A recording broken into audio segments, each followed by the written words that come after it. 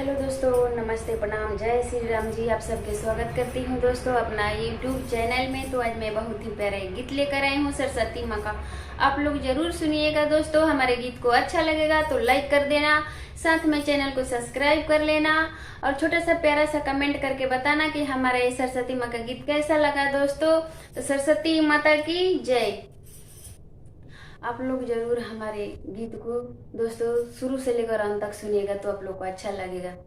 बीड़ा के बजैया सा तो सुरों के रचैया, बीड़ा के बजैया सा तो सुरों के रचैया, हंस पे सवार होके आजा मोरे मैया, हंस पे सवार होके आजा मोरे मैया हो। बीड़ा के बजैया सत सुरों के रचैया, हंस पे सवार होके आजा मोरे मैया।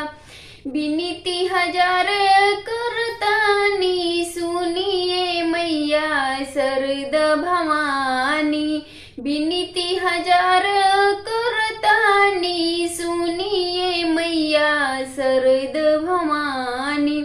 बीड़ा के बजैया सत सुरों के रचैया, हंस पे सवार होके आजा मोरे मैया। जेकर अपमाई राउर कृपा हो जाला गुनी, और ज्ञानी बानी जग में उजाला।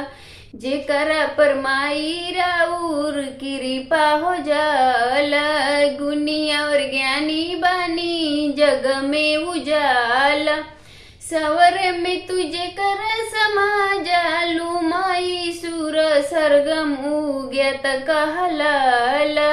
सवर में तुझे कर समा जालू माई सुर सरगम उग्यत कहलाला।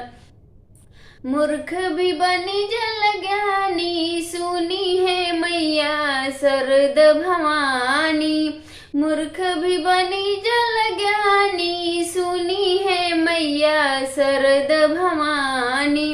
बीड़ा के बजैया सा तो सुर के रचैया, बीड़ा के बजैया सा तो सुर के रचैया, हंस पे सवार होके आजा मोरे मैया, हंस पे सवार होके आजा मोरे मैया।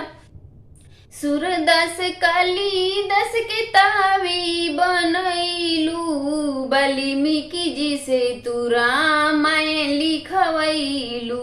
रामचरित मानस के कई दिहले रचना, तुलसी के जब तू कलम में समैलू। आहे अन के तना तना खाली सुनी है मैया, आहे अन के तना बा खाली सुनी है मैया सरद भवानी। आहे अन के तना बखाली सुनी है मैया सरद भवानी। तुलसी के जब तू कलम में समैलू, आहे अन के ताना बखाली सुनिए मैया सरद भवानी।